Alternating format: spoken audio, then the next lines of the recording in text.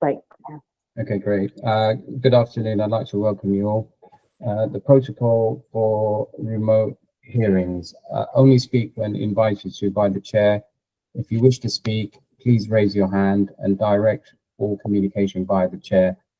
Please ensure that your mics are muted when you're not speaking. And when speaking, please be succinct and do not exceed the allocated time frames. If referring to any written submissions, please refer to the specific page number in the agenda pack. Any new evidence can only be submitted at the discretion of the chair and the agreement of all parties. If you're having technical difficulties, please use the chat function to alert the meeting or dial in using the details in the invitation. Please do not use the chat function for putting formal questions to the subcommittee. Any persistent disruptive behavior will result in removal from the meeting. Once the application has been considered, any remaining parties will be asked to log out of the hearing. Please do so promptly so that councillors will have the opportunity to deliberate and make a decision. The licensing service will be able to inform each party of the scheduled decision within 5 working days. I'd like to now hand over to councillors to elect, members to elect a chair. Now nominate Councillor Smith. Thank you. I second that. Thank you very much indeed, and welcome everyone to this subcommittee meeting, 18th of December at 2 o'clock. There it is. The agenda's on the inside sleeve. Before we start, we'll just do introductions for members and officers. I'm Councillor Smith, Stoke Newington Ward, and also Chair of Licensing. Nice to see you all here today. Councillor Fajana Thomas. Good afternoon, all. I'm Councillor Susan Fajano Thomas. Thank you. Councillor Sizer. Councillor Sizer, Hoxton East and Shoreditch Ward. Thank you very much. And Councillor Webb, do you just want to just introduce yourself very quickly, what you're doing here? Yeah, Councillor Webb. I'm one of the 3 councillors representing the team from Hackney Wick. Thank you very much. And we have Amanda. You're on mute, Amanda.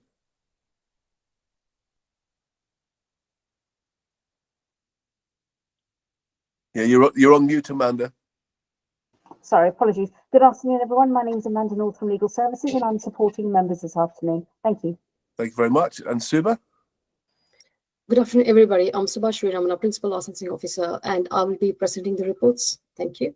Thank you very much. And we've heard from Natalie. Thank you, Natalie. And Channing? Good afternoon. I'm Channing Revere, and I'm representing the Licensing Authority today. Thank you very much. And we've heard from Iqbal. Thank you very much, Iqbal, today. And we've got Monsieur, who's our IT person on the call as well. Thank you, Monsieur, for all you do. So that's the introductions for officers. So I think we can go on to the agenda now. So agenda item 1 is election of chair, which we've done. As there is more than one application on the agenda, to assist with the efficient running of the meeting, can I kindly request that you only switch on your camera when the application for which you are attending is being heard? Your microphone should be muted at all times unless you are speaking. Agenda item 2, apologies for absence. No apologies have been received today. Agenda item 3, declarations of interest. Do members have any interest to declare today? None No. from me. Thank you very much. It should be noted that as the second application is in Councillor Sizer's ward, she will not be present for the consideration or to participate in the decision making of this item. Thank you very much. Agenda item 4, minutes of previous meeting. There are no minutes of the previous meeting today. Agenda item 5, the licensing hearing procedure, licensing committee hearing procedure. I'll just go through that. Works and steps. Step 1 is the appointment of chair, which we've done. Step 2, the principal licensing officer will outline the report over 5 minutes. Step 3, the applicant will present their case in support of their application, again 5 minutes. Then we will have responsible authorities. In today, this will be the licensing. We also have noted that environmental health have made a submission, and we have read all of that. And then we have others, again 5 minutes each without repetition. Sometimes that can be cut down, folks. If you've heard some stuff before you come onto the call, you can shorten the length of your submission. Step 6, discussion over 15 minutes. Step 7, closing remarks over 10. Step 8, final point of clarification, and that will be that. So is everyone happy to continue? Yep.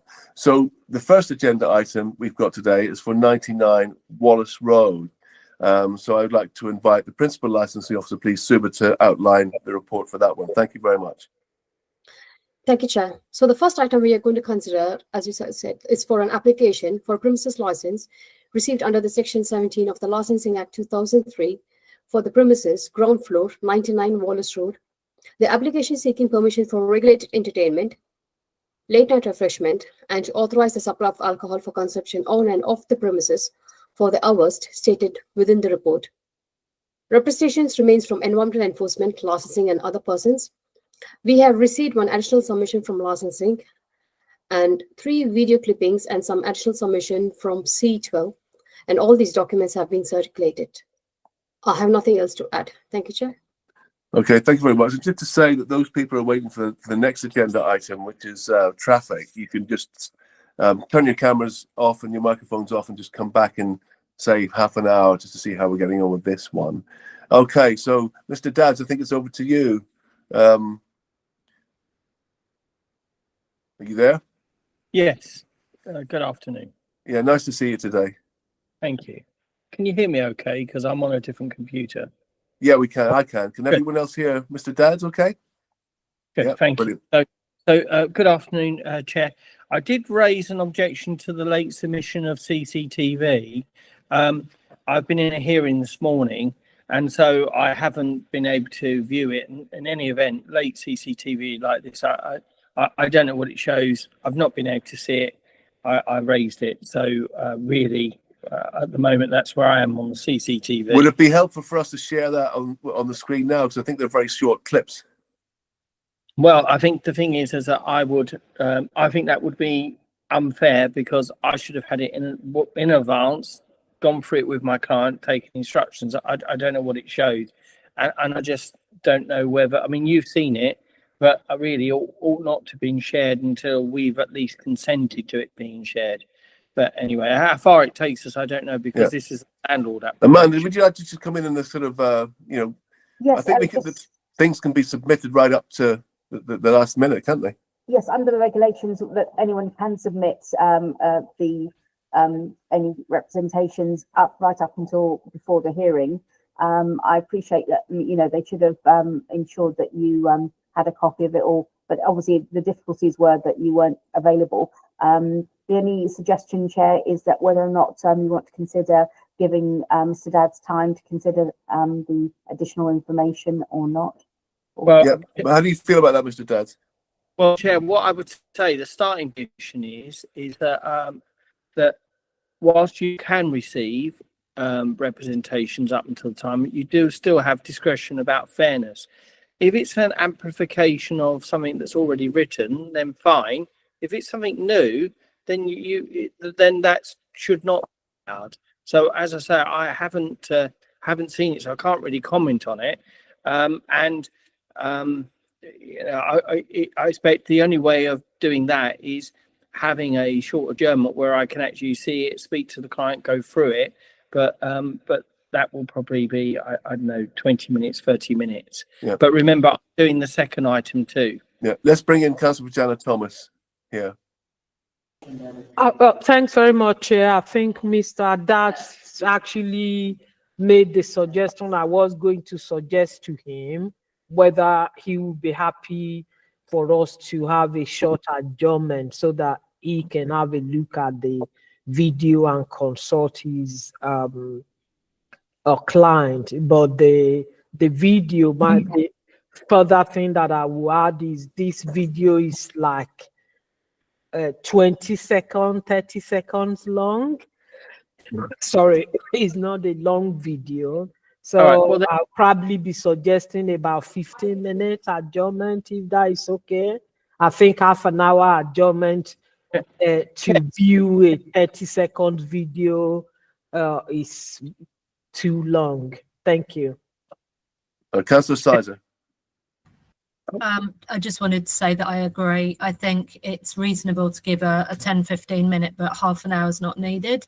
But certainly if you want to, I don't think it's new evidence. I'd say it's supporting some of the other concerns, but I'm happy to adjourn. Yeah, I mean, there are other complaints that were registered in November the 12th, 22 and July 11th, 23, which is on there.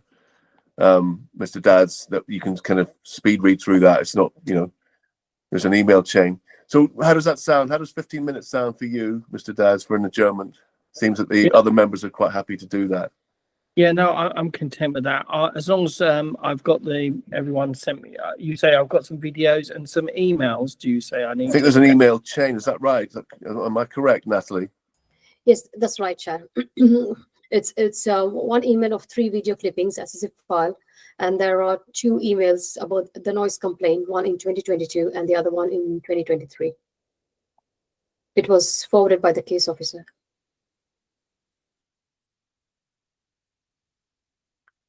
On a zip file. Yeah, and, Yes. and when did the local authority receive that, Chair? Is it today? Suba, can you help with that question? Yeah, the video clippings and the emails was received yesterday, a bit later on. Okay.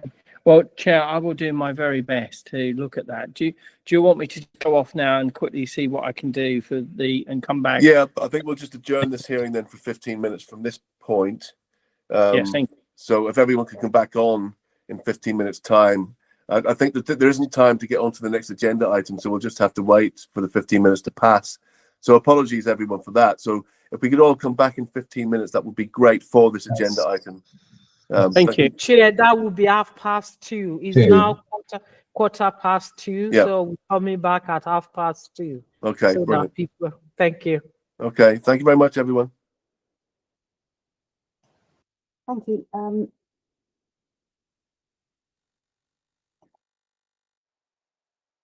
Thank you, Monsieur.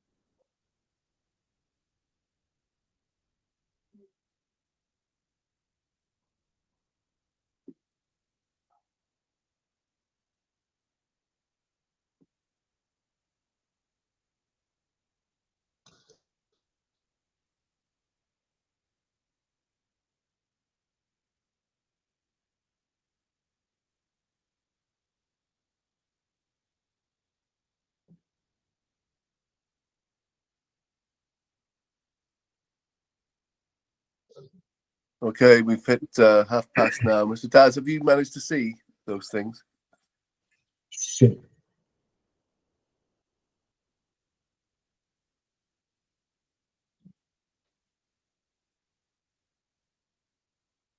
Yes, I have. Thank you. Great. Okay, Mr. Daz, do you feel happy to crack on? Well, I'm satisfied that we can carry on. I will make reps about those additional footage that I don't know the relevance. I don't know the dates, and I don't know what connection that has to our premises. And given that it came very late last night, I think it puts us under some unfairness. But anyway, I'll deal with it as we go along, and I know you'll be fair. Yeah. I think members would tend to agree with you. We don't know if they're directly involved with the premises, those people. So, you know, we kind of corroborate on that one. Yeah. And it looks like there's a motor vehicle, a van, doing something there, and I don't know what that is. Yeah. Okay, fantastic. Thank you. Okay, Mr. Daz, if you wouldn't mind, that'd be great. Yeah. So, Chair, councillors, we have come to an agreed position with the police service. Have you actually seen that, Chair? Yep. And, those conditions and reduced hours, I believe. Is that right? Yep. Yeah, reduced on the Friday and Saturday to 2:30. Everyone gone by 3. Yep. It's not what I've got. Friday and Saturday until 2. I've got on my application. Is that not correct? No, I have it as 2:30, 3 o'clock. Let me just check, please.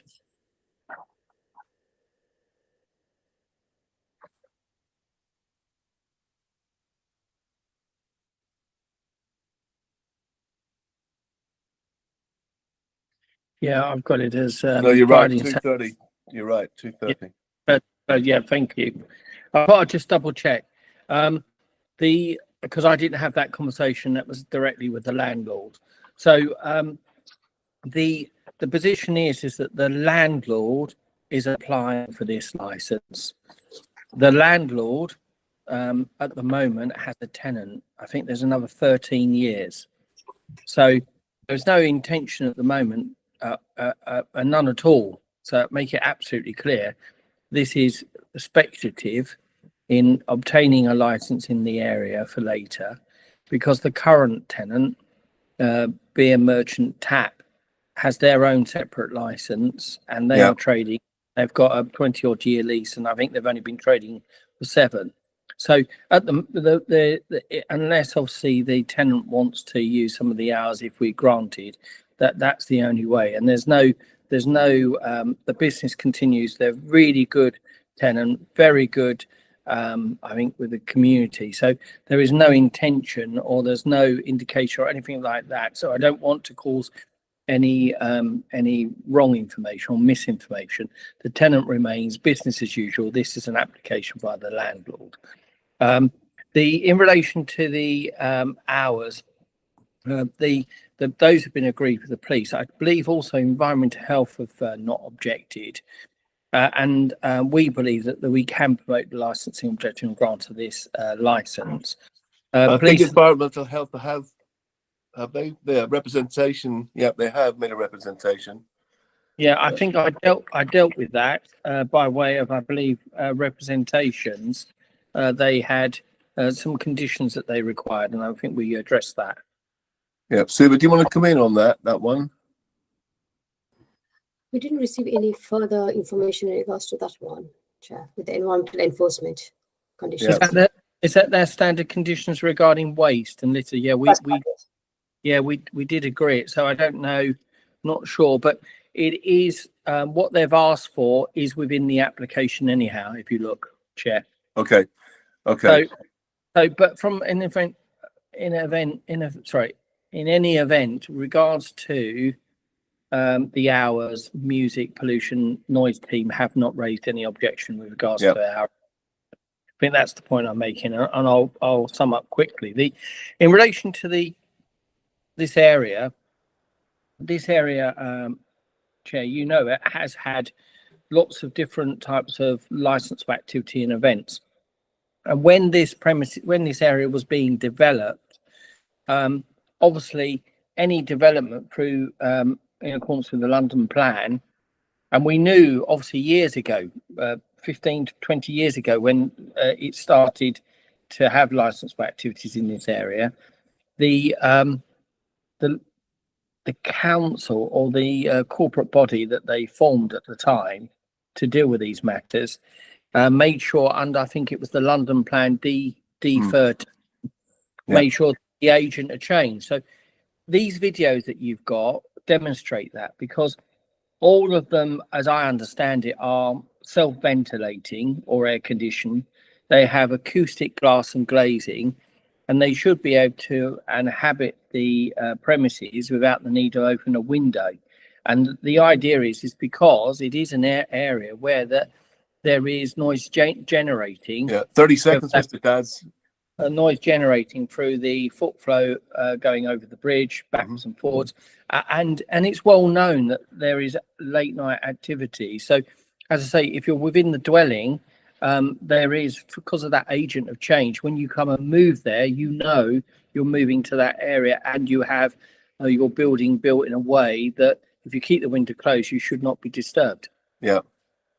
But anyway, we're not trading it, and we haven't anyway had any complaints or anyway by the operation of our premises. So we can promote the licensing objectives anyway. That's what I'll say there. Okay, thank you very much, Mr. Dads, for that. That 5 minutes seemed to fly, actually, funny enough. You're very good in your 5 minutes recently. Okay, let's invite Channing now, unless members have got little points of clarification they want to raise at this point. Councillor Dana Thomas? Thanks very much, Chair. Just want to clarify something, Mr. Dads. While I know there's nothing in legislation that stops you from applying for a license for future use, I just want clarity. What you are saying is that this license, the applicant or the landlord is only making this application in case for the future. Did I get that right, Mr. Dat? If that is what that meant. So one, it's like a shadow license, so they have their own, but also while applying for additional hours, because in and around the area, a lot of the premises already have to 3 o'clock. So the landlord rightfully thinks, well, I'm going through the process, I might as well mirror what other premises have similar in the area. Had negotiations with the police and come to the view of those hours. So yes, they are entitled to make an application. They're entitled to hold a shadow license, and it might be that the current tenant in the future comes and increases their hours, or they leave and we can then step in with our license.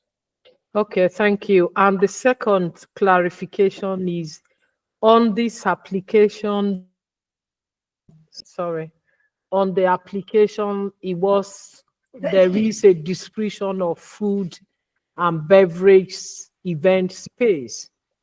At the same time, on the same application, you've ticked, or the applicant is ticked, regulated entertainment of film, of live music, of recorded music, of performance and dance, or anything similar in description to this.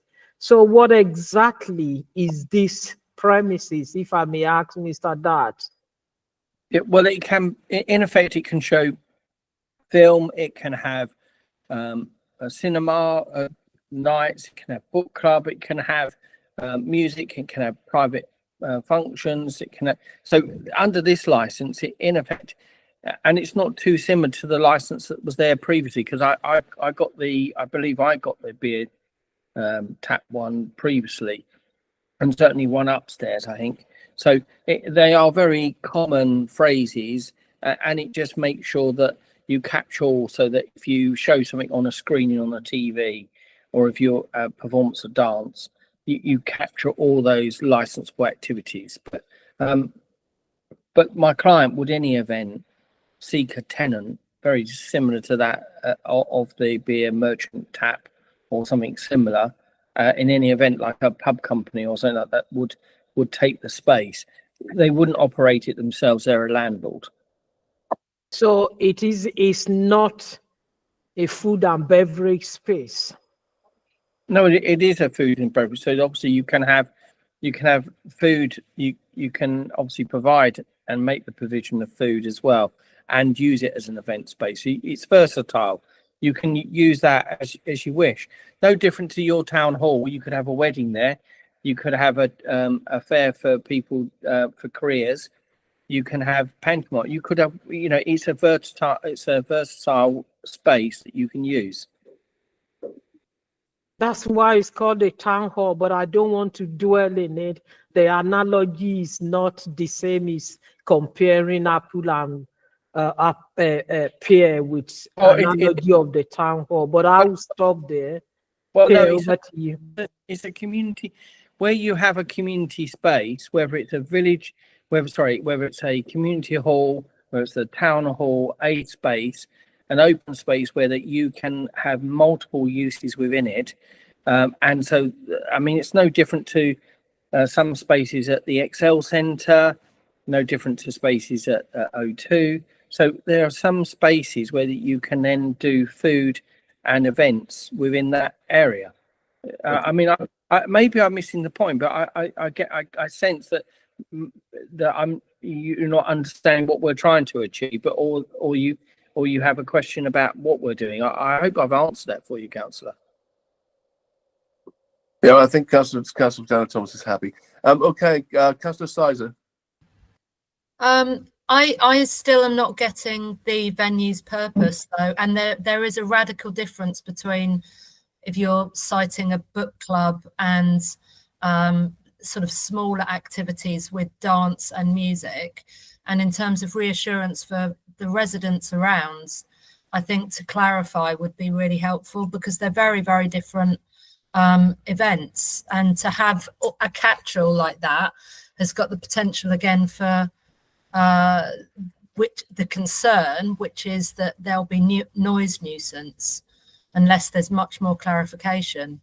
Well, I think any activity inside will be retained inside. It won't be heard outside. And I think I mentioned the cinema and things like that because during the week, if it's quieter, you do have spaces that use their facilities in that way. So that's why the applications draft that in that way.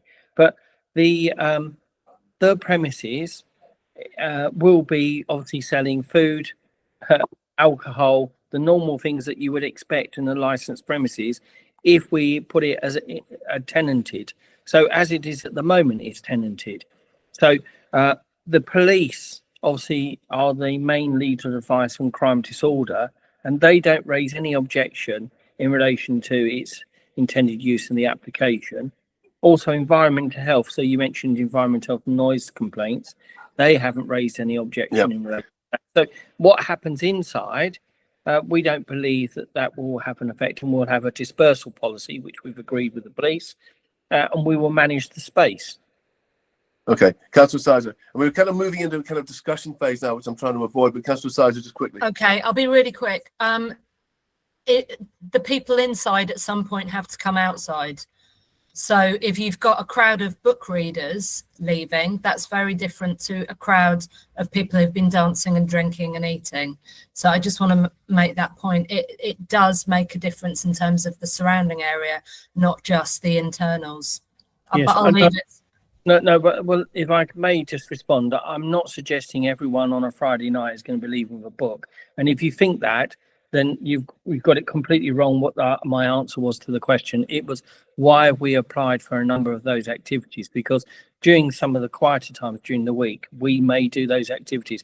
I mean, I went to a premises last week, and during the week they were doing salsa dancing. None of those are going to leave in a raucous dance. But the thing is, you have to apply for the different activities you may do throughout the week. And obviously at the weekends, of course, people will be provided with the sale of alcohol, regulated entertainment, and they will be probably leaving, dispersing from 1 o'clock to 2:30, 3 o'clock. And we have to manage that dispersal. And the police are satisfied, and the environmental health, that we can do that. Great. Okay, I think that's quite clear. Excellent. Okay, so I would like to now invite Channing. Would you like to come forward with your submission, please? Thank you, Chair. You can find my representation at Appendix B1, Yep. which is on page 34 and 35 of the public pack. Our representations speak mostly to the prevention of public nuisance licensing objective, Yep. due to the premises' close proximity to residential homes. So regarding this application, I did speak to the applicant, Mr. Daly, about some of the further details for some clarification about what he intended to do, and he just clarified some of the points that were in my representation. But there's still an issue regarding core hours, and what came to my attention was the planning status of the premises.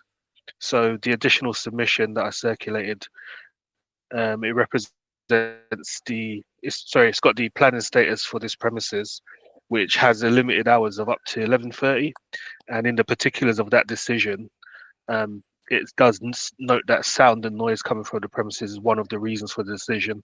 So even though planning and licensing are separate regimes, that aspect of noise speaks directly to the prevention of public nuisance objective.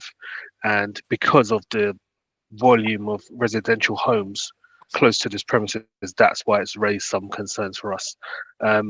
Mr. Daly did provide a dispersal policy to myself. He did detail some further plans of what will happen in the area in terms of a new road being built, which he believes will help to disperse people from the premises. So while we don't have our concerns are not really about the ability of the person to manage the premises so much. It's more about if the activity is actually suitable because of the nature of the area and the amount of residential homes that are in close proximity. Nothing further to add, Chair. Yeah, just to come back on that, Channing, just because you mentioned the sort of new authorized activities that they want for this particular application. Would you say that the difference between the old, the sort of existing license and this one they want is essentially the film side of things and the dance? And because I think before they had live and recorded music on the license already. I would say it's the hours in conjunction with the activities, although with the activities, if they're contained inside and if the license is conditioned correctly, they shouldn't pose an issue. The majority of our issue would be around either sound escape or the noise created from patrons on dispersal, particularly if it's very late at night. Yeah. Okay. I mean, Mr. Daz, there probably would be a slight, members may be concerned about sports types events, kind of, that might be, because that's covered in film, isn't it?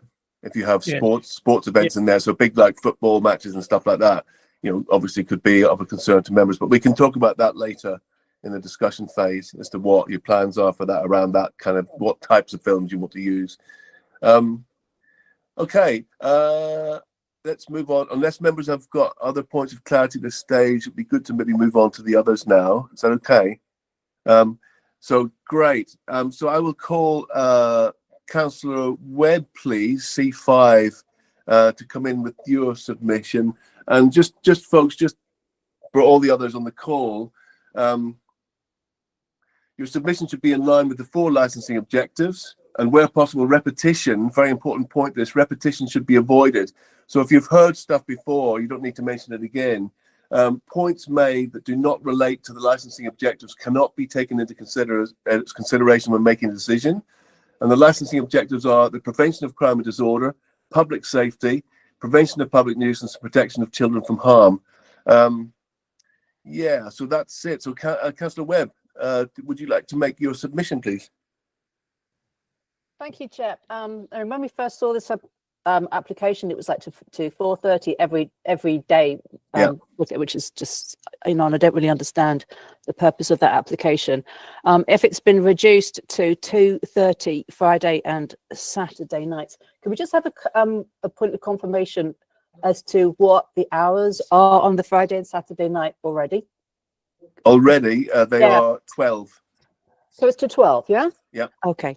I mean, it's just that, again, and I don't want to sound like a broken record, but the point of our core hours is for the protection of the people's right to sleep. And this new venue is in the heart of a new neighborhood that's still being built. And it is highly residential. And these core hours are core hours for a reason. And I am very concerned about an extension to 2:30 a.m. For Friday and Saturday night to 3 a.m. So these people, all these people that live around it, are going to be impacted by the people coming and going. In the best will in the world, this will cause a lot of noise. And I know that other people, since this application has come in, have contacted me and talked about the concerns directly with the landlords. I know that's not the people applying, but they have had issues with external music, noise disturbance, speakers outside the venue, and the people, and a bit of a disregard to the hours that they're meant to be running to anyway. So, you know, I'm not for an extension of any hours. I like core hours because core hours are there for a reason, particularly here with this new development. All the residentials haven't even been built yet. We're going to have a really high number of people accommodation on Wallace Road and around the corner that have not been built yet, and the impact is going to be quite massive. You know, I'm a big fan of pubs, big fan of clubs, but core hours there for a reason, and this is not an appropriate place to extend it beyond the core hours. So my sympathies are to the people and the residents that have contacted me with their concerns, and I represent them, and I'm sure they'll be making their concerns known too. Yeah, just to say, Councillor Webb, that actually live music is licensed until 12:30 every day. Okay. So they would be closing Mr. Daz, just correct me if I'm wrong, at 1 every day at the moment. Is that correct? All right. So they have like really decent hours already. Yeah. Okay, fantastic. Is that it, Councillor Webb? Thank you very much. You happy? Yep. Councillor Webb, just nod. Happy? You said everything you want, yeah? Brilliant. Excellent. Okay, so let's call then, I believe we have Will Tebbs on the line. It's C4. Will Tebbs, please. Yes, hi there. I don't really have anything extra to add, just just echo those concerns about late night opening hours. I live next to Beer Merchant's Tap. My flat overlooks a courtyard adjacent to it. So just echoing those concerns of late night people leaving the venue and causing public disturbance, basically. Okay, that's great. Thank you very much, Will, for that. I mean, obviously you can join in the conversation if you've got stuff to say in the 15 minutes. So next would be, I think, Marios C7. I think it's John Malcolm. It's not myself. Malcolm. No. Okay, Suba, you happy with that? Have you got that name? Sorry, just let's check this. Yes, Chair. We got C3, C6, as well as C11 on the call as well, Chair. Okay, maybe because I don't have them on my briefing note. Maybe if Natalie, you could call the ones that are here, if that's okay. So let's start. I think we could start with C3, Chair. Okay, sorry, Iqbal, you can do that, yeah? Yeah. Can you just call the rest of the others then? Yeah. Perfect. So I'll do the timing. If we start with C3, Malcolm Finch. Okay, can you hear me okay? Yes. Yes, thank you, Malcolm. So we, the residents of Stone Studios and wider Hackney Wick community, are strongly against this. Even beer merchants taps themselves have emailed residents stating, "We do not desire to be a late night venue and we do not want to cater for that crowd. We can 100% assure you and your neighbours have nothing to fear. We like our closing time very much as it is." Even taking into consideration the last minute change to 2:30 to abate the police objection, this still means that we will have a new nightclub on our doorsteps. Look at the original planning permission granted to Hackney Wick Properties Limited in July 2016. It clearly states that under Class A4 1987 shall not be carried on outside the hours of 9 to 11:30 Monday to Sunday, including bank holidays, to prevent noise and disturbance. It also states that transport to and from the premises must be sustainable transport, which Ubers and local taxis are not. Unlike Mr. Davis's comment about the local venues, no other venue in the immediate area has a 1 a.m. close on a Thursday, meaning 1:30 checkout time. This is not reasonable on local residents who have to work on a Friday. There are key workers such as NHS staff and school teachers in our building who require a good night's sleep to carry out their jobs alongside normal working people. These new licensing hours will result in a severe negative impact on our community.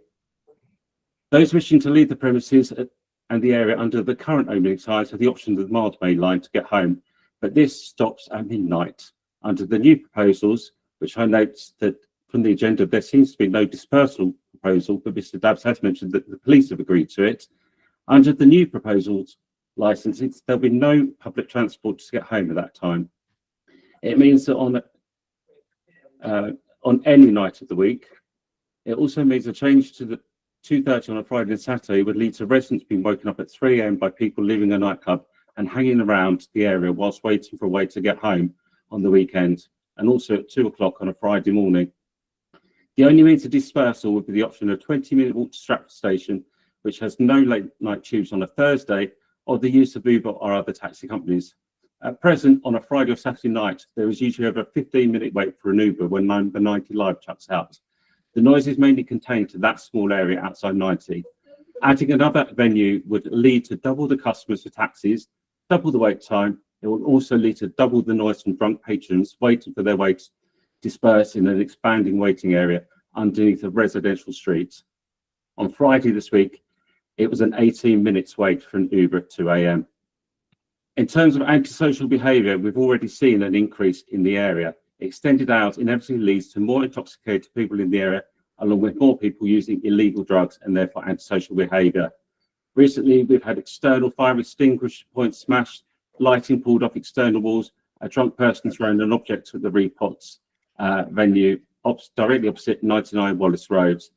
We're also seeing people coming out of various venues and using our streets as toilets, which at 2:30, 3 o'clock in the morning, when there's no other venues to use, will lead to more people urinating. We've also seen an increase in public safety concerns. We have residents on WhatsApp groups already asking for people to accompany them from the station when there's temporary late licenses being granted to other venues in the area. Phone snatching has increased, which is made worse when people are drunk and unaware of their immediate surroundings. Taking all these points into consideration, we respectfully ask that the London Borough Hackney Licensing Authority reconsiders this application immediately, ultimately does not permit its extension. We hope that the current licence to the ground floor will remain as is without any extension to the operating hours, both within and off premises, following the precedents of similar establishments within the residential urban fabric. Thank you. Thank you very much for that. It's very clear, very concise. Thank you. Iqbal, would you like to call the next one, please? C6, Andrea Aggio. Do you have anything to say? Hello, hi. I don't have nothing to add to what Malcolm said. I think he covered everything very well. Thank you. Thank you. Thank you very much. And I believe we've got C11. Do you have anything to say? C11 there? Jorgen? No? Okay. Sorry, Jorgen Lindberg is my name. I live Yes. in flat 17 Allgate House, and I also sent in some complaints. And just want you to know, so I fully agreed what everyone has been saying. This is a cul-de-sac, and every Saturday and Sunday we have all these Uber cars coming in, and they honk their horns. And we also have a local Sainsbury's on the corner, and they seem to be doing all their they take delivery at night, 10, 11, 12. So they are blocking half of the road here, and then we have all these Uber. If this is going to go on till 3, 4 in the morning, no one will be able to sleep here. So I just want to add that it is a cul-de-sac. This area is not built for any more activities than what we already have. Thank you. Okay, thank you. Iqbal, is that it? I believe so, because C12, we took a hit earlier, but TMB Gamal, they weren't present. I don't believe they've joined the call. Okay, Suba? Sorry, Chair. We have Marius. I don't know whether he has given a submission yet. Oh, my apologies. Yeah, Yes. C7. I'm actually here. I have nothing to add. Malcolm spoke on behalf of the whole, the entirety of the residents, I think, from so nothing to add. Okay, thank you very much. Okay, folks, members, I'm going to start off leading the discussion, and I'll bring you guys in with questions. So, Mr. Dow's just going to run through a few things. You mentioned dispersal policy, that we haven't seen one in the pack, but you said maybe one's coming in coordination with the police. That's the first one. The capacity of the venue, we're not really sure about that.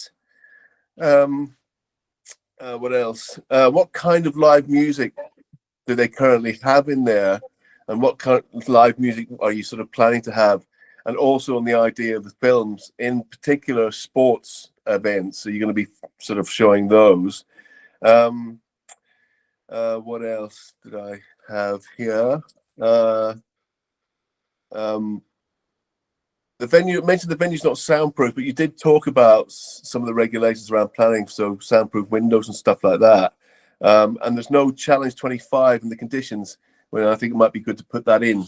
So those are my points to start with. So we can just start up with those, and then we'll just open up the discussion. Thank you. Yes, just one moment, please. I'll just take an instruction on one.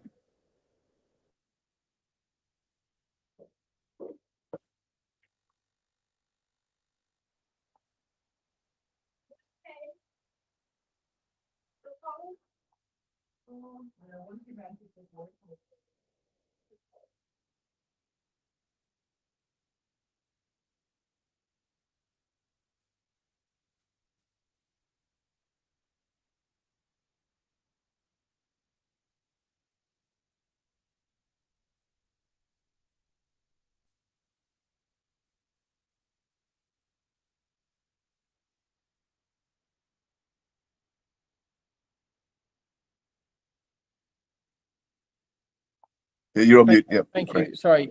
Thank you, Chair. I was just asking about the building does have soundproofing. It does have double glazing windows and the like. And as I understand it, there's been no complaint about the live music or any music coming out of the premises causing a disturbance. So, and as you say, live music can be played until 12:30.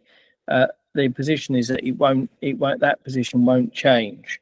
In relation, sorry, I've just got to try to plug in. Is it bands, Mr. Daz? Is it sort of bands coming with drum kits and stuff? Or what sort of normally it's India, I understand. All right, okay. So, and I'm hoping that my computer's just logged in. If I log out, I'll have to come back in. But in relation to dispersal plan, I think that has been shared now with the responsible authorities, but the normal plan that you would expect. Okay. And in relation to sporting events, we're quite happy to take that off. It's really showing through the TV, which is a non-licensable activity anyway. And of course, we will be happy to accept Challenge 25. I think the point I was talking about, the soundproofing, everyone that we've seen will be in a modern flat that will have to have, through the planning system, D13, the appropriate installation soundproofing for their dwelling to make sure it fits its purpose, because the residential have come to the commercial area and obviously you're building the residential around. So with D13, so if the gentleman, if he's at that high level, unless they've opened a window, they may hear the car, but if they close the window, they won't, because they've all got soundproofing. So that's the whole point. You're in a city, and you are in an area where the buildings, because it's an agent of change principle. So if you come to an area where there is commercial or that there are activities, the building will have had to have been designed so as to mitigate against those uses, particularly when people are moving from one place to another. Now, we're not saying that any of our customers are doing that, because you can see that from 12:30, there's been no complaints of any noise breakout. And there's been no complaints about our dispersal crime disorder. So obviously it has to be evidence led. It can't be that we just don't like it and we fear for the future. We've been operating, or the premises have been operating without cause of concern. And capacity, Mr. Dadds, capacity, just I will clarify the capacity while we're on the call, if I may. But capacity, and then I just want to talk about smoking as well and the outside area. But I'll bring in Councillor Jana Thomas. Thank you. Thanks very much, Chair. I've got 2 questions to ask, but can I just start from the last sentence Mr. Dadds made? And just to clarify, it's not the residents in this area that are making application for a premises license. So I think it is telling residents that if they keep their window closed, it's their home. So if they like, they can open their window. If they don't like, they can shut their windows. I think saying to someone in their home, constraining people in their home because of a licensed premises, saying that it's a commercial area, it's a misuse area.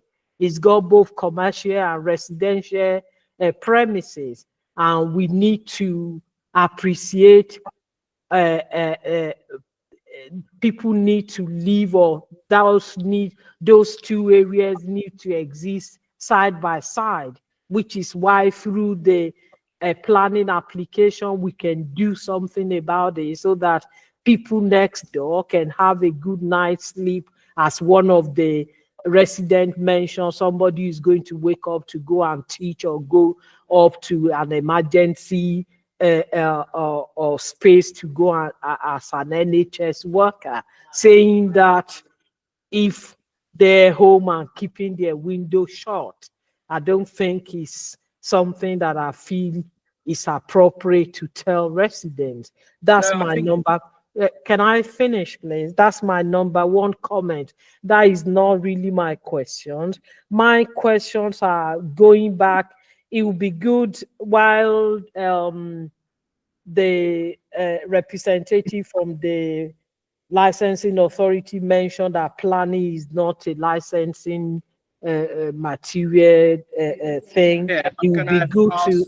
I'm going to ask if you could just pause for a minute. I need to go and get the laptop charged, because I think it's this charger is not working. So can I just ask for a pause for a minute? Otherwise, I'm going to lose. Sorry, I thought you were going to respond to me. That's. But you know, if needs be, Mr. Dadds, I think that's what you're going to have to do, right? So, folks, we'll just hang on for a few minutes. Councillor Sizer, I can see your hands up. So let's just take a deep breath, everyone, and wait for Mr. Dadds to come back. I'll pause the clock actually in that discussion.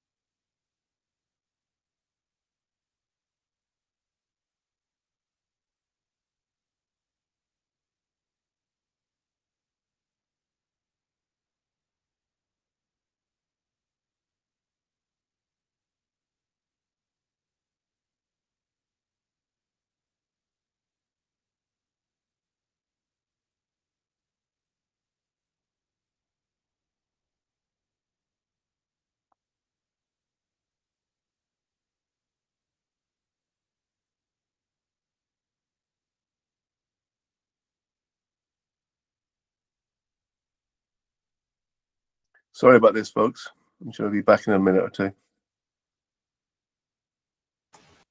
I hope so, Chair. This is delaying everyone, including the next agenda item. Yeah.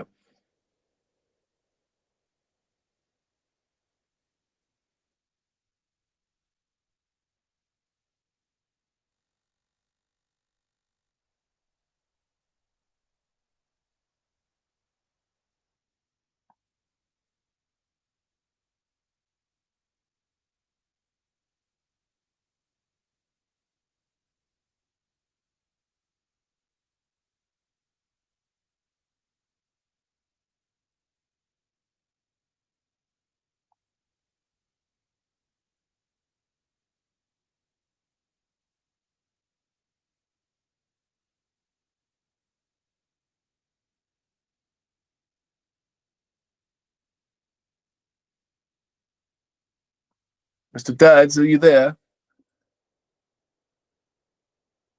Unless your laptop is far away. Another one, you have to go and get it.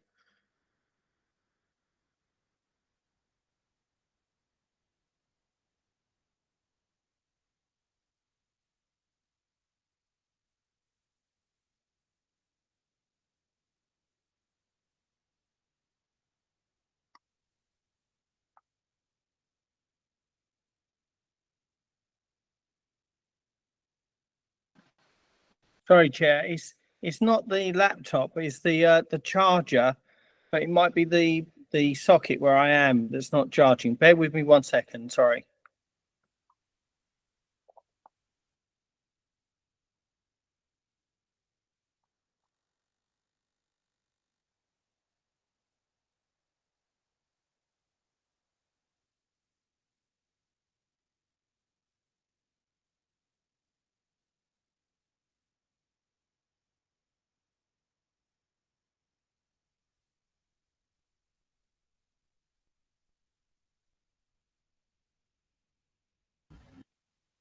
Chair, can I ask a brief question?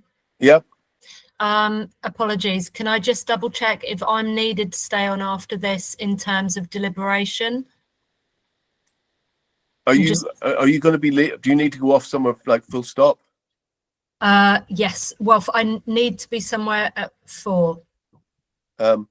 If you could maybe email your key points. Yeah. That would be useful. Absolutely. If you email your key points to Suba, then Councillor Pugliese-Thomas and I can take those into consideration. No, not to Suba. Sorry?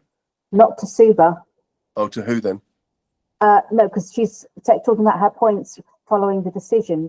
Oh, yeah, to you then, Amanda, yeah? Yeah, or to you, that's fine. Yeah, you can do it to me. To Amanda and to you. Yeah. Within the next sort of half hour. Yeah, whenever, yeah. Okay. And I will even, Chair, I'll be pushing that we finish and adjourn to make a decision before 4 p.m. Okay, Mr. Dads. Sorry, let's go back to Council. Let's go. Are you ready?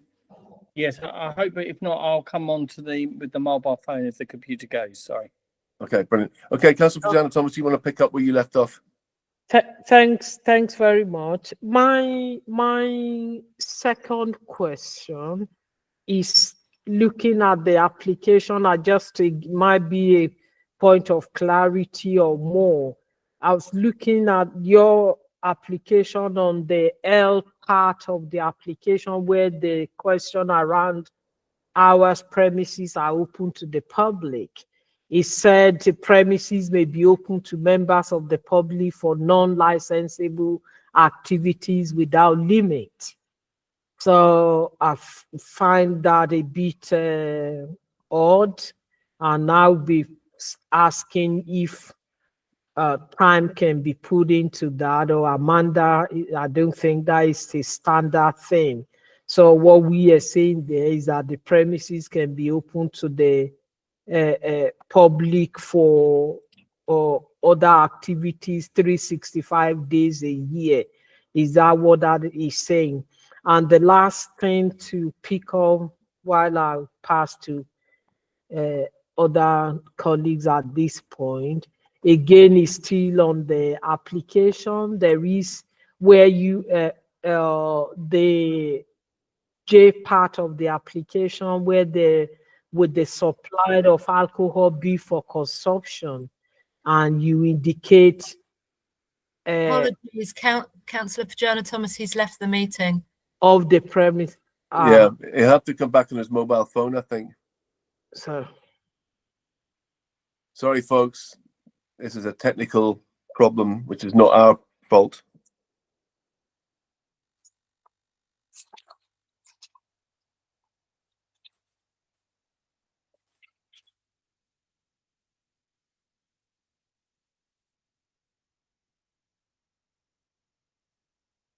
sorry, while we're expecting Mr. Dad's back, Amanda, I don't think that is a standard thing, isn't it?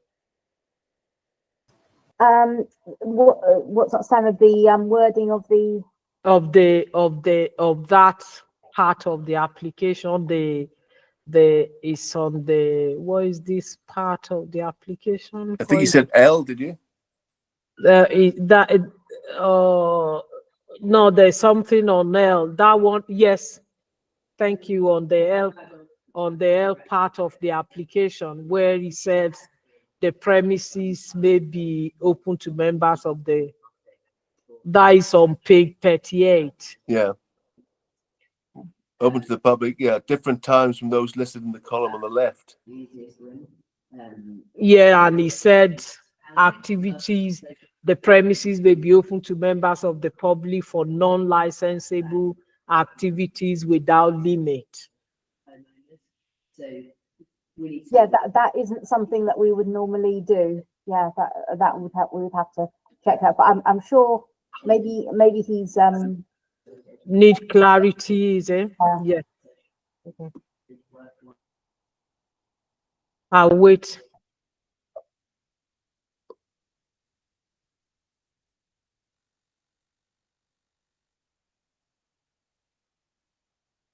Anya. I'm just aware that we've got a whole, well, you have a whole other licensing meeting to conduct, and we're holding other people up. No, I know. And Mr. Dad was actually the representative on the second item as well. Okay, but there'll be other people waiting to come in. Obviously, this isn't on you, Chair, but I just think this is really not fair on anyone else. No, I agree. But I do feel that our hands are tied a little bit. Let's just wait for a couple of minutes to see if he can come on with his mobile phone, and then hopefully things will work a bit more smoothly then. Channing. Chair, just to clarify on Councillor Sizer's point that she raised, I believe in the next meeting it's myself as licensed operator and Mr. Dads are the only participants. Yeah, that's correct.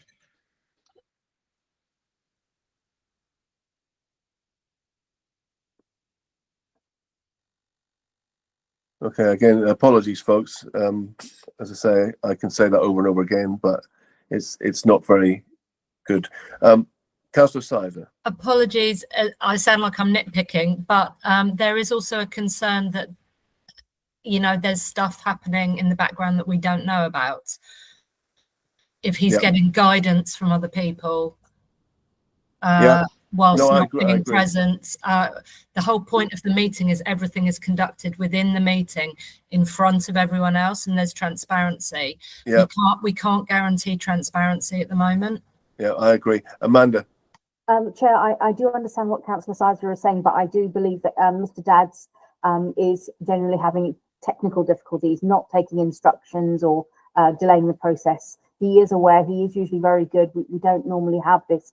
It is very rare. We've never had it before, so I do apologise. Yeah. But what I would say, Councillor Sizer, I appreciate you have to leave. So if by 3:30 you need to leave, I think you have to, and then email your comments. That's all we can do at this stage. Yeah. I hope that the next item may not take as long, so we should still finish at a reasonable time, Councillor Pajana Thomas. So apologies. I do think he's probably in a location where he doesn't have his normal things. Yeah, thank you very much, Malcolm. I mean, if this goes on a bit longer, I think we'll just have to adjourn the whole thing. To be honest with you, Malcolm, you want to say something? Yeah, I can't hear you for some reason, even though you're on my the symbol's off, but I can't hear you. I don't know if anyone else can hear Malcolm. Can they? No, probably mute and or mute again, Malcolm. Yeah, it's still not working, Malcolm, unfortunately.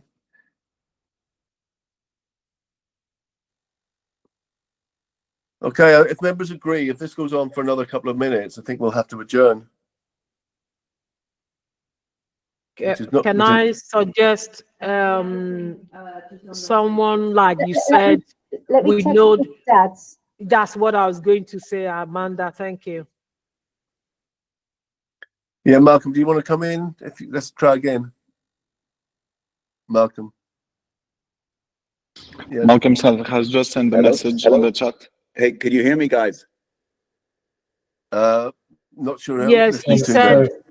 Sorry, this is Paul Daly here. I'm just on the phone with David. I'm just giving him the meeting code because obviously his laptop went down, so he lost the code. Okay. So that's what happened. It was a technical problem. I know you're all sort of thinking that it's some sort of conspiracy theory, but it's not. No, we don't think it's a conspiracy theory, Mr. Daly. Mr. Dad is a regular on licensing committee in Hackney.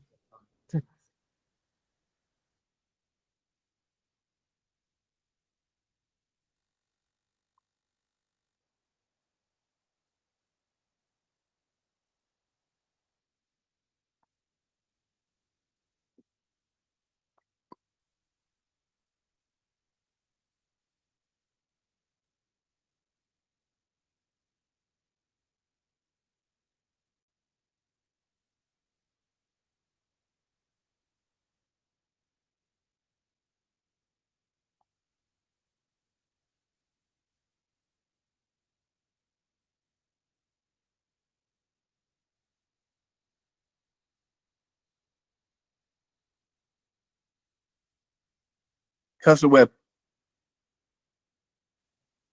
Chair, I mean, this section of the hearing, you've heard the objectors, all the submissions. I mean, this part is just kind of asking, like the, the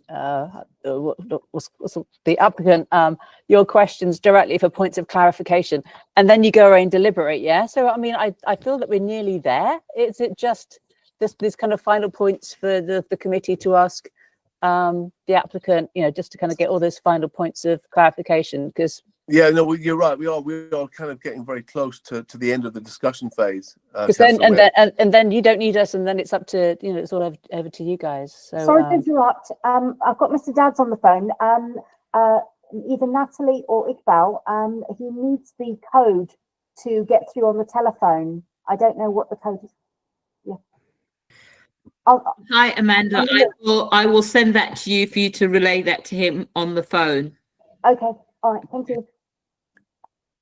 Yeah, Councillor Webb, we are very close, but after discussion, we do have closing remarks as well. And then we have final points of clarification after that. So it's sort of, but yeah, we will try and move swiftly through this. It shouldn't be too long now, hopefully.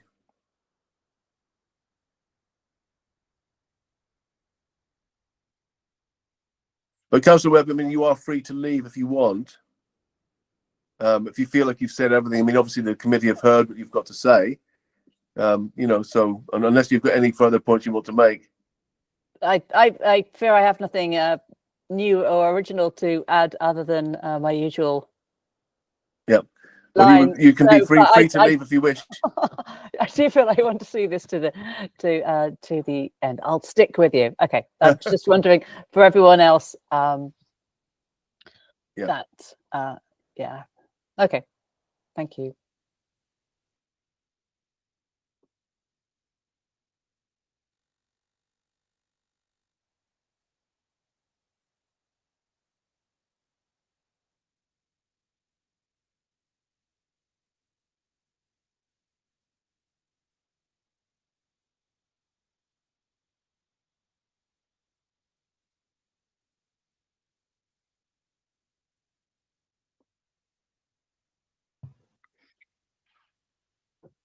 Mr. Dads is hoping to dial in by phone and the number has been sent to him, so it shouldn't be much longer now. Great. Thank you very much, Natalie, for that update.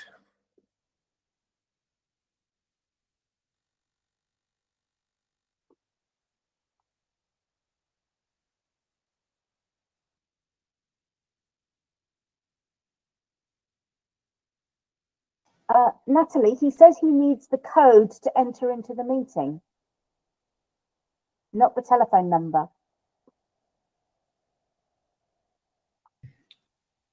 Okay, noted, Amanda. I thought I'd sent that through. It's just that he said he's got the telephone number. He just needs the code. Is that the code?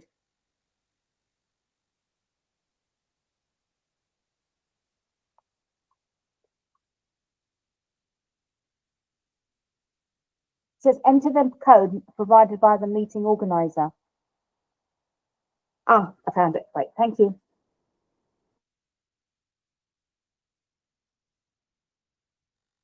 Thank you for your understanding, everyone. We will try and move through the rest of this meeting as swiftly as possible.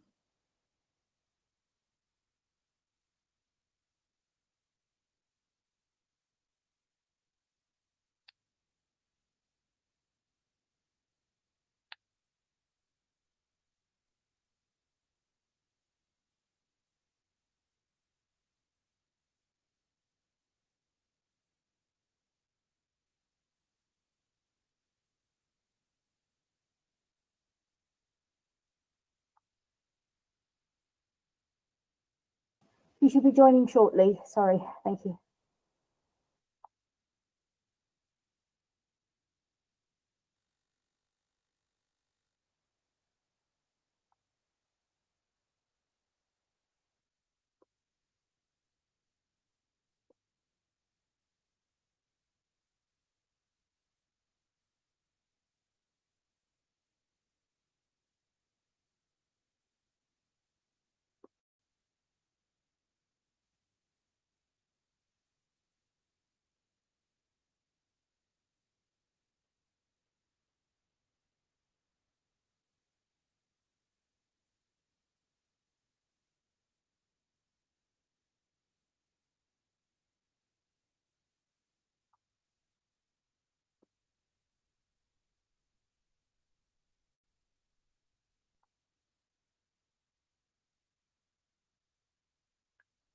Yeah, it's obviously not working, is it? Because he should be on by now. I do think we need to make a calculation here, folks. We can't really continue like this. Sorry, just bear with me. I'm just going to check again to see if Mr. Daly, are you in touch with Mr. Dads? Mr. Daly? Hi, can you hear me? Yep. Well, he just rang me a minute ago, trying to get. He's now talking to Amanda. Okay. Hang on. Yeah, sorry, just bear with me. He just.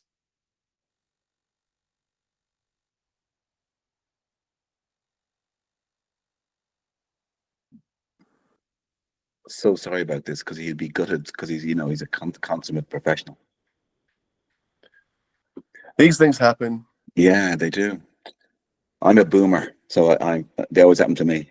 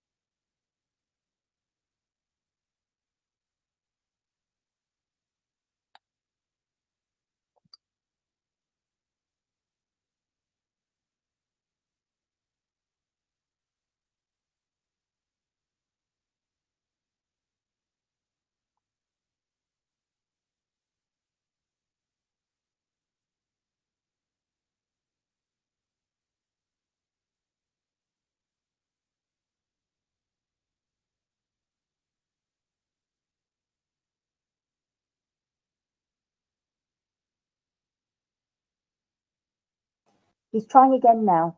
Yeah, it might be good to email him those codes as well. Yeah, he was asking me to read it. He's got it. I think he's got the information. It's just that he wanted, he needs help to do Right. that. Fingers crossed, he'll be here shortly.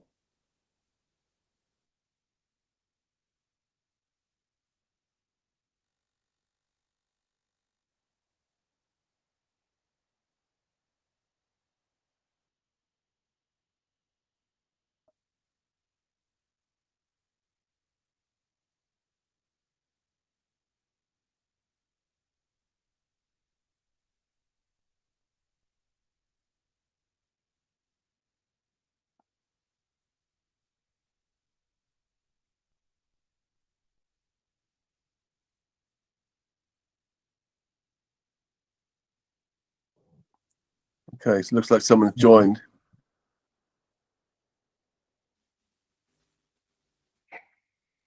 Can see number ending 71. Chair, do you want to confirm if that's him? Yeah. The number ending in 71. Is that you, Mr. Dads?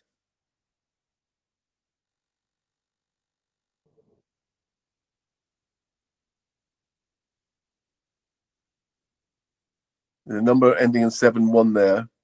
Mansour, Says he's on mute. we know who that is.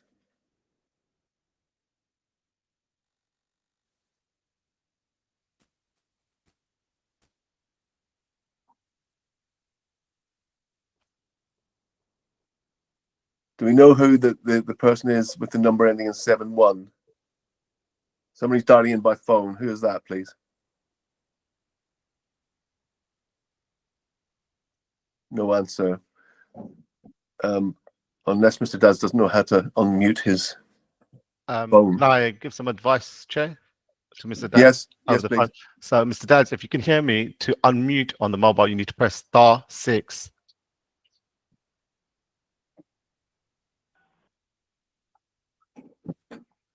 Can you hear me? Yes, finally, Mr. Daz. And everybody has been so patient. You wouldn't believe it's more stressful to do that than it was any hearings any day of the week. So I was equally, I'm sorry for the delay, but I've had problems technically. Okay, we're going to try and get through the rest of this swiftly if possible. So we're just going to go pick off where Councillor Bajana Thomas left off. Yeah. You fed the first part of my question. I need to go back to I was pointing out on the L part of your form that our premises are open to the public. You've indicated there that the premises may be open to members of the public for non-licensable activities without limit. So that's what I was asking. And the second part of the question, you indicated of sales. I cannot remember. So just want to ask whether this application is asking for off sales as well. Till midnight. Sorry, I cannot, I'm scrolling on my screen. I cannot seem to, I've got Councillor Young here in another meeting. It's quite distracting when I'm on hearing. So I'll leave that to you, Chair, please. Okay. Thank you. Yeah, the off sales questions basically, they're currently wanting until midnight. No. Okay, Mr. Dads, can you hear us now? Yes, I can. Do you want me to answer that? Yes, please, if you wouldn't mind. Yes. So in relation to the first comment or point, I wasn't being belligerent or uncaring about residents living nearby. The point I was making is that the area has been developed over a number of years, pre the Olympics, and I know the area very well. I've been doing licensing there for nearly 20 years. And the point that I'm making is that any new development, residential, residents coming to the area already know it's a mixed-use area or area where there's lots of people around. So under the London plan, the building would have had to been developed with mitigating measures to ensure that noise from the road or from the pavement or from any other noise generating business is not heard within the premises. And if you remember at the beginning, I said that these buildings are designed and should have been designed with the ventilation system so that you don't need to open the window, because if you open the window, you will be disturbed generally. If it's on a Friday night, you may hear Ubers, you may hear cars, traffic, the train, people, because you're in a city. So I wasn't sort of unbelittling people that go teaching or nurses. I'm just setting out the facts that the London plan said that if they're new buildings, they have to be designed and mitigated in a way that they are not disturbed. In relation to the form, I can only say that because I can't see it in front of me, but the without limit is normally for non-licensable activities. So if it's a space, you can use that space without the need. Public will be there and it's not licensable. Off sales, normally we would limit the off sales to midnight. I don't think off sales is anything terribly exciting for us, Chair. Have I missed anything, or are those the questions that I was asked? I think you've hit them all. I think Councillor Fatana Thomas, yes. I mean, obviously, if off sale's not a big deal for you, it'd be good to go to LP4, which is 11, which is our local policy. I don't know if that would be a consideration. I think they've already got midnight, have they not? Yeah, midnight, but we're talking about 11. LP4. Yeah, you can ask the question. Okay, Councillor Sizer? I don't want to speak for too long, but the residents have already said they're experiencing severe disruption, increase in ASB. So, you know, to say that in an ideal world, the buildings have been designed to reduce noise, etc., for the residents, it's not working at the moment. So, you know, that's the reality that many residents have already said. So I think that needs to be heard. Yeah, please. Yeah. Well, the thing is, the councillor, I understand if you put an application in, planning application or licensing, residents will object because of maybe the fear of something or what's happened. What we know is up to 12:30 and 1 o'clock, there are no complaints of the current operation of our premises. I've not seen any actual evidence of any reporting to the environmental health, to licensing, to the police service. Antisocial behaviour or crime, the police would be duty bound to raise an objection under crime and disorder. Any decision we make have to be evidence based. It can't be I don't want it or I'm being troubled, but where's the evidence to support that assertion? And the point I make is that these buildings, you can see these buildings do have double glazing, ventilation. They're designed in that way. And obviously, if someone is being disturbed, the officer can attend, and you have other statutory powers, i.e. the noise abatement notices. It wouldn't probably get to that. No officer has been in a flat and corroborated what is being alleged. And I think it is alleged. And I think we've got to be very careful taking it at face value.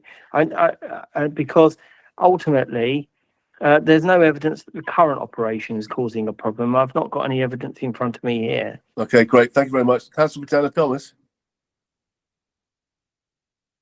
Thanks very much, Chair. Two things that I want to point out is number one, again, I don't want to go on about this statement. I know Mr. Dad's repeated it again, that it's about people, residents being afraid of what can happen in the future in terms of what is happening in the area. But I don't think that is true. I think, as you know, many of us or all of us are local in Hackney, so we know. We've got one of the councillors in that area representing here this afternoon. So we do know what happened in that area. My other question is, again, following on what Mr. Dart said, mentioned, I appreciate there is an existing license here. And you've mentioned that the operation to 12:30, there hasn't been complained about it. So which gets me to my straight point of what if we are saying, Mr. Dad, that this, if we're mindful to grant this application, that we would be talking about 12:30 as the current license. Thanks. Can I just respond, Chair? Yes. Yeah, so the 2 points made about the area, yet again, I say it has been a mixed-use area. Councillor Webb had, and I've seen the representations in the pack, it's very pithy. It just says, we object. It doesn't say anything about casework, doesn't say about anything of any complaints raised to them. There's no evidence of any matters arising, particularly from our premises. And so, and it's not an issue that I'm saying that we've got a forward look. We say with Environment Health, who is your main source of advice on these matters, they're your expert, they haven't objected, nor have the police. When you say about, well, granting a license, Chair, as you know, there can always be a compromise. Obviously, I think we've come down, but I'll certainly say we would want to at least increase and better on the existing hours. We've made the application, we've had discussions with the police, Environment Health have not objected, and the thing is there's no evidence that says that the way that it's currently operating is causing any concern. So why wouldn't we receive an application?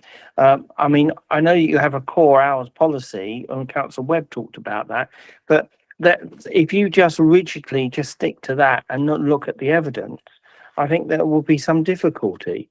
They say a policy, it should only be a guide. It's not tram lines that you're fixed to.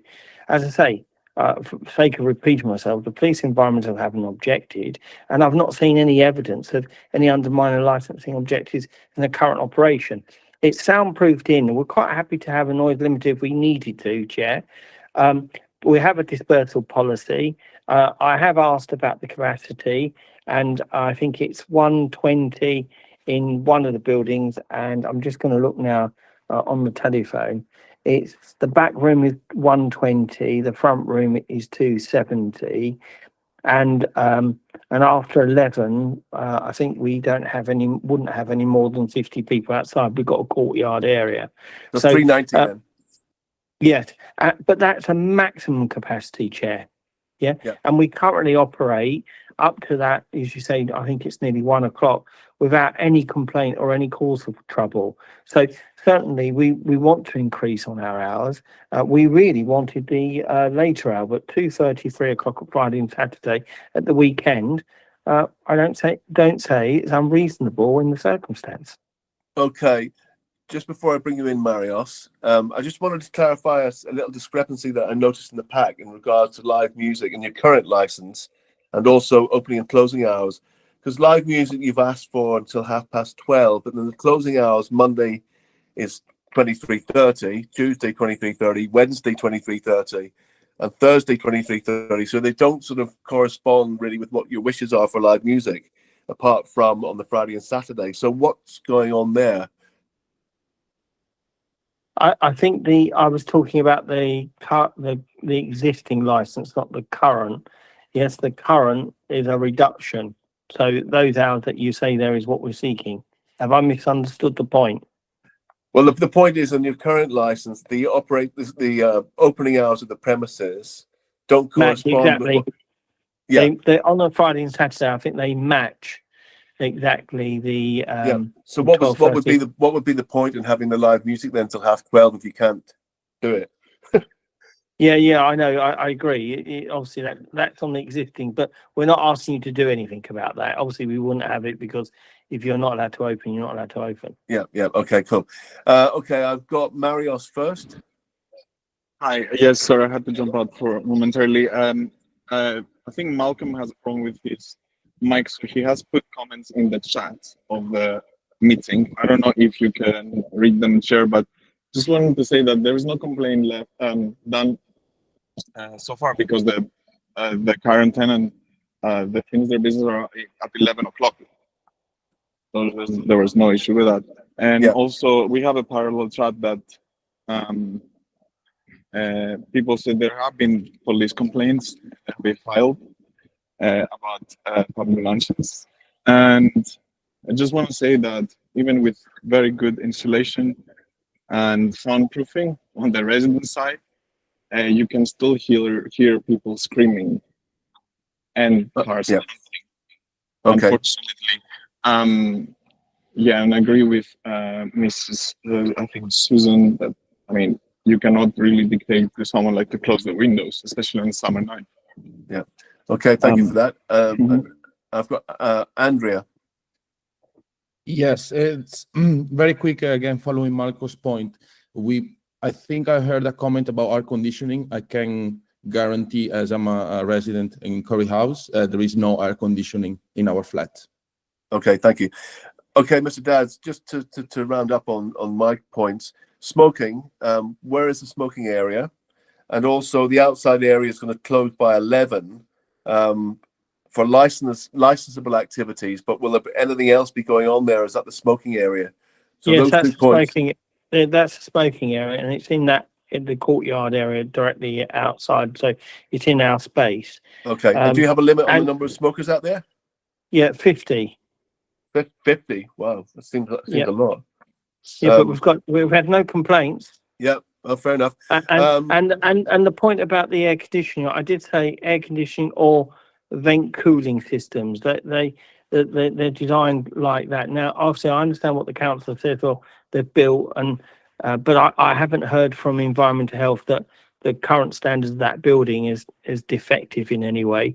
And obviously, there'll be planning conditions on that building. So if the ventilation system needs to be maintained, if it's not being maintained, then that's for the local authority to address that through the building control part of building planning, because these buildings are built in London in those areas to withstand traffic, people, congestion, noise, all that, so that the room can be ventilated without opening a window. That's my point I'm trying to make, Chair. Okay, great, thank you. Okay, folks, let's speed through this then, get to the end of the discussion phase. Marios first and then Andrea. I'm very sorry, what did you wanted to say? No, since your hand was up, maybe it's a legacy. Sorry, but it was, yeah, but I just wanted to say, because I'm an engineer, there's a difference between ventilation and air conditioning. Yeah, thank you. That's completely two different things. Thank you very much. Andrea? You had your hand up, now it's down. Yeah, it's now down because I left it from earlier. Okay, brilliant. So LP4, Mr. Daz, on the off sales to 11. Have you got an answer for that one? Yes, we're content with that. Brilliant, excellent. Okay, so I think we've reached the end of the discussion phase now, folks. So we'll go into closing remarks. So I would like to invite Channing to come in with your closing remarks and reflections, Channing, on what you've heard. Chair, I don't really have anything further to add other than to echo what I've said already. Our concerns relate mainly to the prevention of public nuisance objective. Going beyond the core hours here may pose a risk to that particular objective, and it's up to members to really weigh what they think the impact would be given the representations that they've heard. But nothing further to add, Chair, from us. Yeah, thank you very much for that. And Iqbal, would you like to call the others? Literally, just give us like 10 seconds each, if that's all right. Yeah, C3, Malcolm Finch. I don't know if your microphone's working. No. Yeah, still can't hear you, Malcolm, unfortunately. But you made a very good statement, which we've obviously got in here, so that's good. C4, Will Tebbs. Anything further to add? Yeah, Will Tebbs, do you have anything further to add? Nothing further to add, thank you. Thank you very much. C5 was Councillor Jessica Webb. Yeah, Councillor Webb, any closing remarks from you? Yeah, Chair, just to say that really just want to contest this idea that policy is just guidance. It's policy for a reason. And with this lack of complaint, that's because it has been closing at accepted hours, and you extend those hours, you extend the noise and the disturbance in a highly residential area. And that's what this committee is here to consider. Thank you. Yeah, thank you very much. C6, Andrea Adria. Yeah, just want to make a final point. We are obviously talking about these premises, but all around us, we have several clubs around us, number 90, Grow, and then we have also Hackney Bridge. All these premises then have also late licenses. So we just need to bear all that into account when we need to consider a decision. Yeah, thank you very much. And C7, Marios. Yeah, I just wanted to make a final remark as well. Obviously, this area is changing completely. It is a residential area. Residents are in a very, very close proximity to the venue, and that's a major concern for public nuisance. I mean, it's extremely close. If you've been to the area, you have seen it, and if you've been there, maybe on a Friday night, Saturday, you've seen what we're talking about. Okay, great. Thank you very much, Marios. Anybody else? Finally, C11, Jürgen Limburg.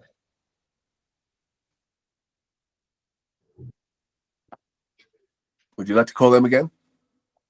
C11, Jürgen Limburg. Do you have anything? Jürgen? No. Okay, fantastic. So I'm sorry, Morgan is here. Oh, hi there, Jorgen. Just little closing remarks, 30 seconds, please. Yeah, quickly. So when we moved here, we were told, and we know this is a bit of a party land, but we also understood that all these buildings now are going to be developed. Lots of people are going to move in here, and gradually some of these places, these party places, will cease to exist. So we're happy with this. We have not been complaining at all because we know the pub and people need to have fun. But to say that no one has called the police, I think that's a shame, because a lot of people here have been wanting to call the police and the noise brigade or whatever it's called, because it's not very pleasant to live here, especially Saturday and Sundays, and also sometimes during the week. So the arguments this gentleman is using to say that these people who live here, they should know better, and then it's their own fault to moving to this place, I think that's crazy. I also think the windows, you're talking about developing or the standards in this country, but what about in the summer when people need to open up the windows? Are we then going to also ask the pub to not remain open till 3 o'clock in the morning? So I think you're contradicting yourself there a little bit. Anyway, thanks ever so much. I think this is a good process. Goodbye. Yeah, thank you, Jorgen. Iqbal, is that it for others? That's it. Yeah, fantastic. It. Okay, Mr. Daz, over to you for your closing remarks, please. Yes. The residents have spoken about the environment, and it's they're newcomers to the area, and they say that I'm being somewhat perhaps dismissive of that, but I'm not. I'm not saying it's their own fault, but I think everyone that moves to the area and has moved to the area knows it's a mixed use.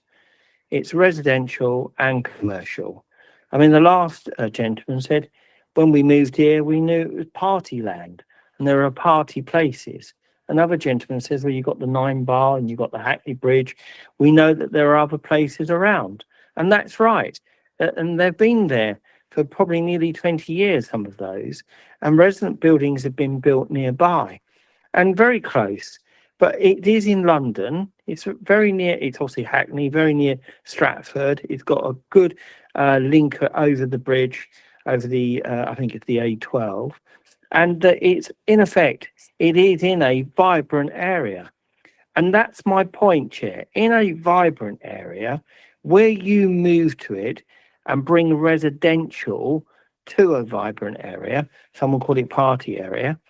You have an obligation as the developer through the London plan to put ventilation in, air conditioning, double glazing.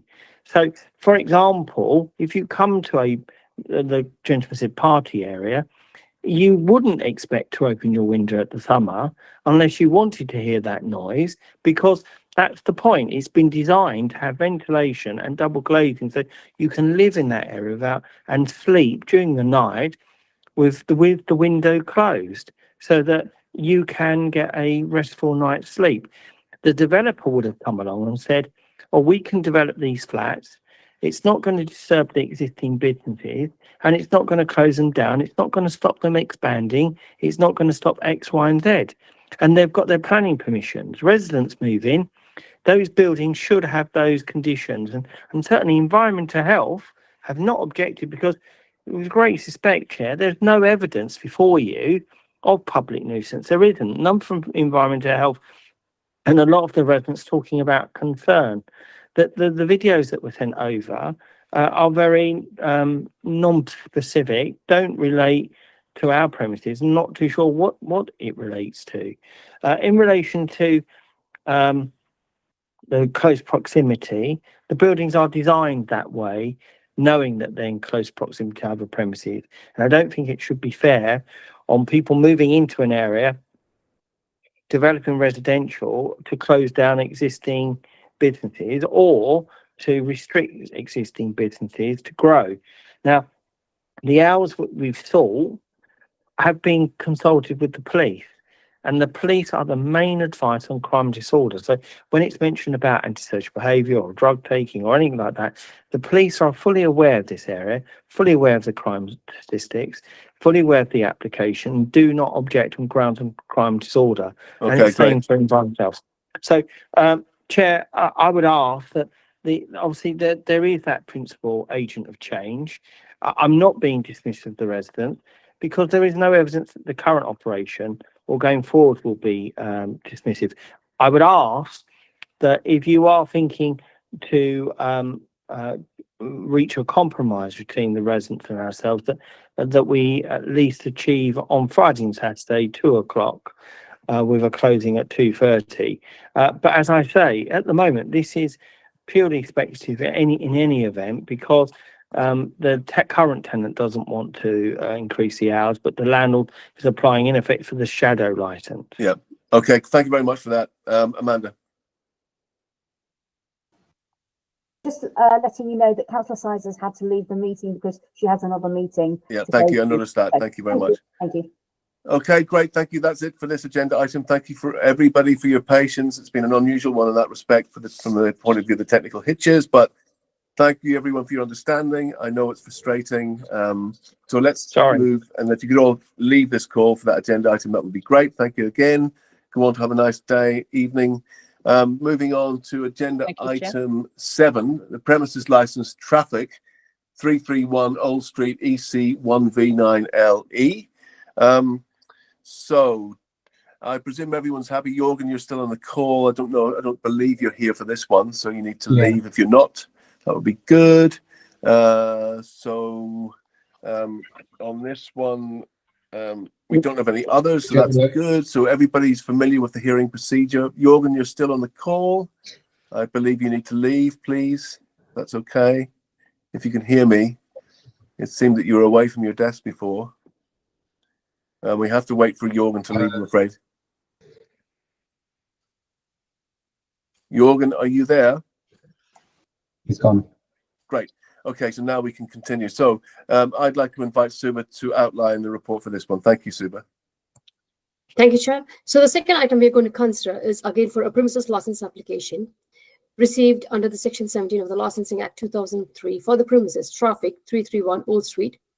The premises is seeking the permission for regulated entertainment, late night refreshment, and to authorize the supply of alcohol for consumption on and off the premises for the hours stated within the report.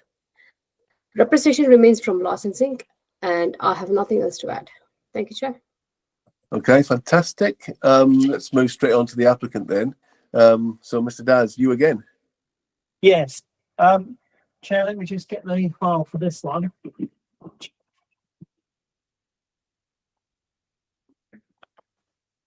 You will see that we have, do you want me just to address you straight to the application? Yes, please. That'd be good. Yeah. Thank you. So obviously we've applied for the license. You can see the points made. We have been successful in reaching a compromise with the police, environmental health, and there are no resident objections. I think the only objection that we have outstanding, I'll stand corrected, I think is the licensing authority. We have sought to address those concerns by additional conditions and to the reducing of the hours to 3 o'clock. I don't know whether that we pick it up through the discussions, but the application is fairly self-explanatory. As I say, we've had no objections from the police, notwithstanding that its location, and they're content, and they would be content to the 3 o'clock. Okay, that's good. I mean, I'll bring in LP4 at this time. Again, off sales, you want to go until 2, or you're currently going till 2, I think it is. And again, we're not really happy with that. Could you consider? I'll take my client's instructions on that now while we're here. Yeah, brilliant. Okay, Channing, unless Councillor Fajana Thomas, you've got any little points you want to make at this stage, any questions? Just move straight on to Channing otherwise. Yeah. Channing, would you like to come in, make your submission, please? Thank you. Thank you, Chair. You can see my representation at Appendix B, which is on page 41 of the public report. Our representation is based around the prevention of public nuisance and prevention of crime and disorder, potentially. So LP3 core hours is another consideration. Even though the premises are already licensed beyond core hours, it's seeking to go further beyond those core hours. And LP12, the general cumulative impact. So because of the volume of licensed premises in the area, the situation is sort of amplified in terms of the impact of the NTE and how that can affect the licensing objectives and potentially put them at risk. If you look at the cumulative impact study that's been done in Hackney, it still references, this part of Hackney as being likened to, area similar to Camden, Liverpool, Newcastle, or Soho. So it is quite densely impacted, densely populated with licensed premises, and the impact of that on local amenity, local residents, how that impacts the licensing objectives. That's the basis of our representation, Chair. I'm not sure that in this area, with the amount of licensed premises, extending hours of a venue helps promote the licensing objectives. So nothing further to add, Chair. Okay, thank you very much. And we'll move into the discussion phase now. So I'd like to invite Councillor Fajana Thomas to come in with your observations, questions. Thank you. Thanks, Chair. Chair, I do apologise because I'm on the phone. I can't indicate with a hand. Can I give you the answer to your question about off license? Yes, please. Yeah, so that's agreed. Okay, brilliant, excellent. LP4, fantastic. Okay, Councillor Fajana Thomas. So the Chair, that's where I'm going, to be honest with you, is around the off sales. I know this premises is already got a license till a late license, but I'll be very cautious of supporting the approval of an application that encourages, sorry. Bless you. I've been praying that this will not happen when I'm talking. Sorry.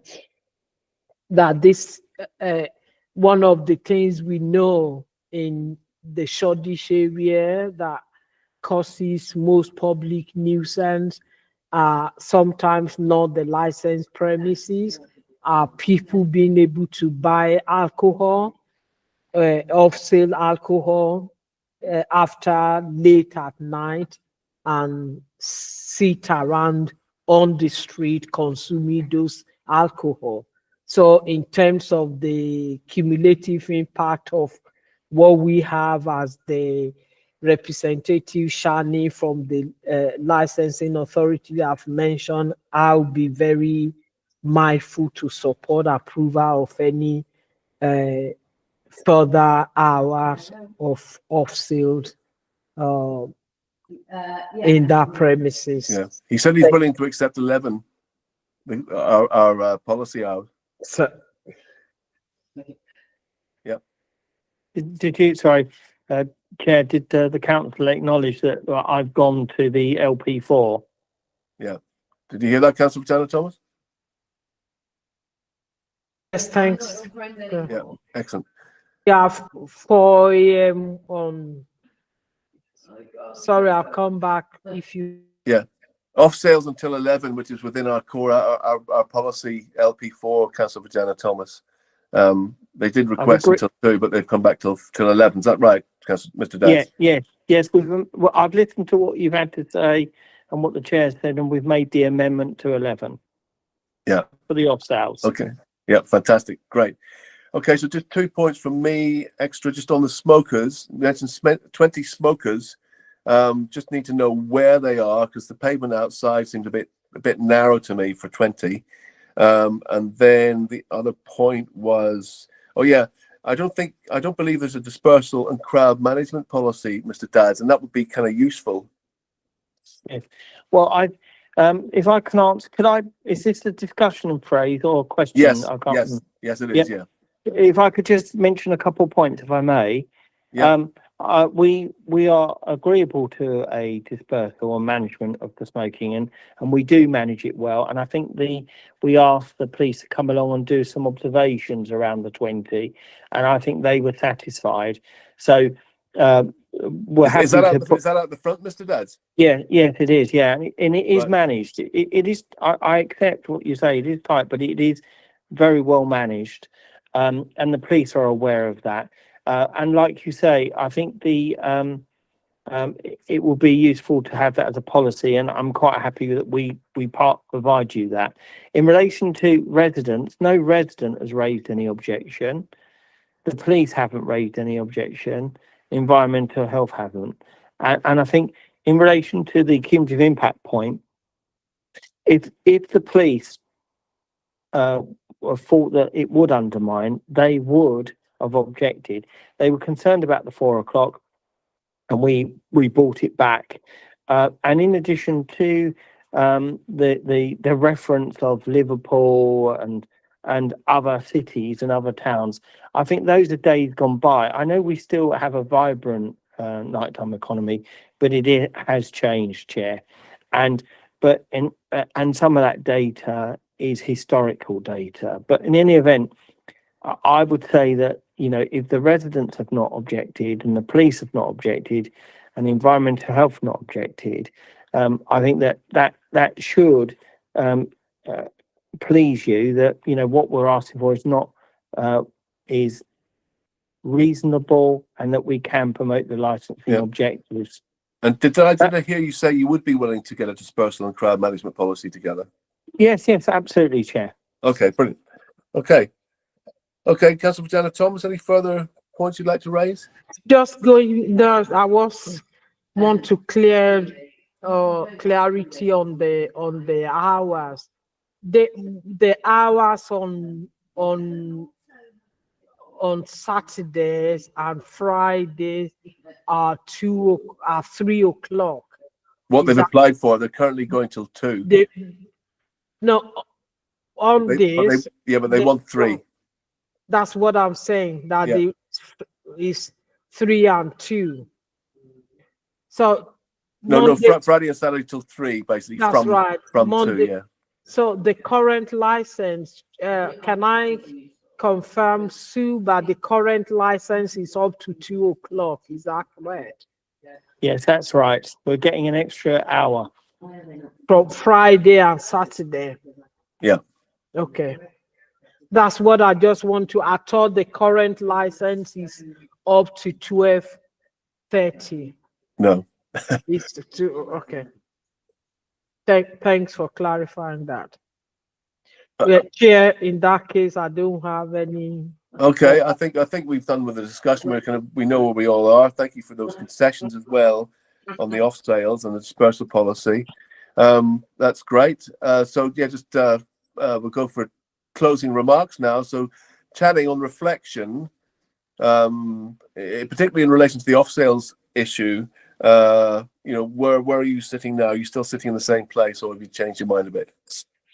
Chair, we welcome the mitigations offered in terms of the dispersal policy, crowd management plan, the reduction in hours and off sales.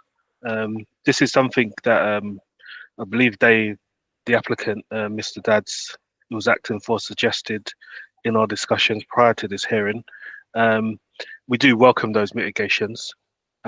We would still maintain our representation on the basis that our experience of the area, we know that the cumulative impact can have a negative impact and potentially place the objective at risk. So we would maintain our representation on that basis, although we do welcome the mitigations that have been offered. Nothing further to add, Chair. Okay, fantastic. Thank you very much. And now finally, Mr. Dads. I keep calling you Councillor Dads. Yes, Mr. Dads. Thank you, Chair. I would say this, that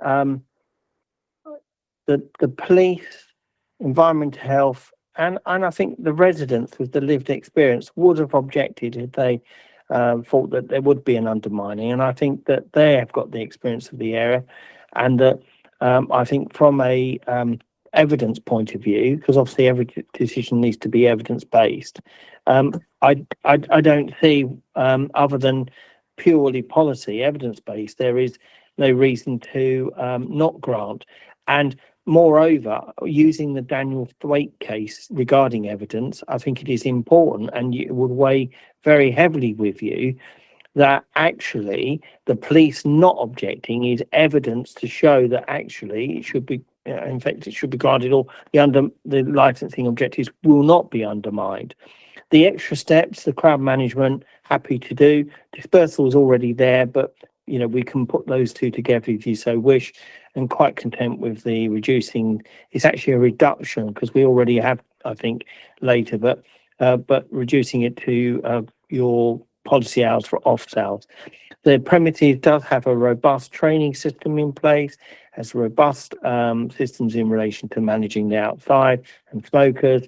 And I think we have the confidence of the police going forward with this. So we ask that the application be granted. Okay, fantastic. Thank you very much, everyone.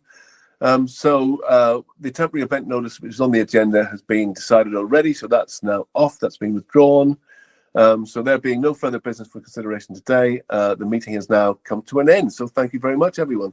And Chair, can I thank you for your indulgence? I've never had that before, so I apologise. I had a spare charger which I used, and that didn't work either. Sorry. Yeah, don't worry. These things happen. Okay, thank you very much. Thank you. Bye. Good afternoon. All right. Have a good evening.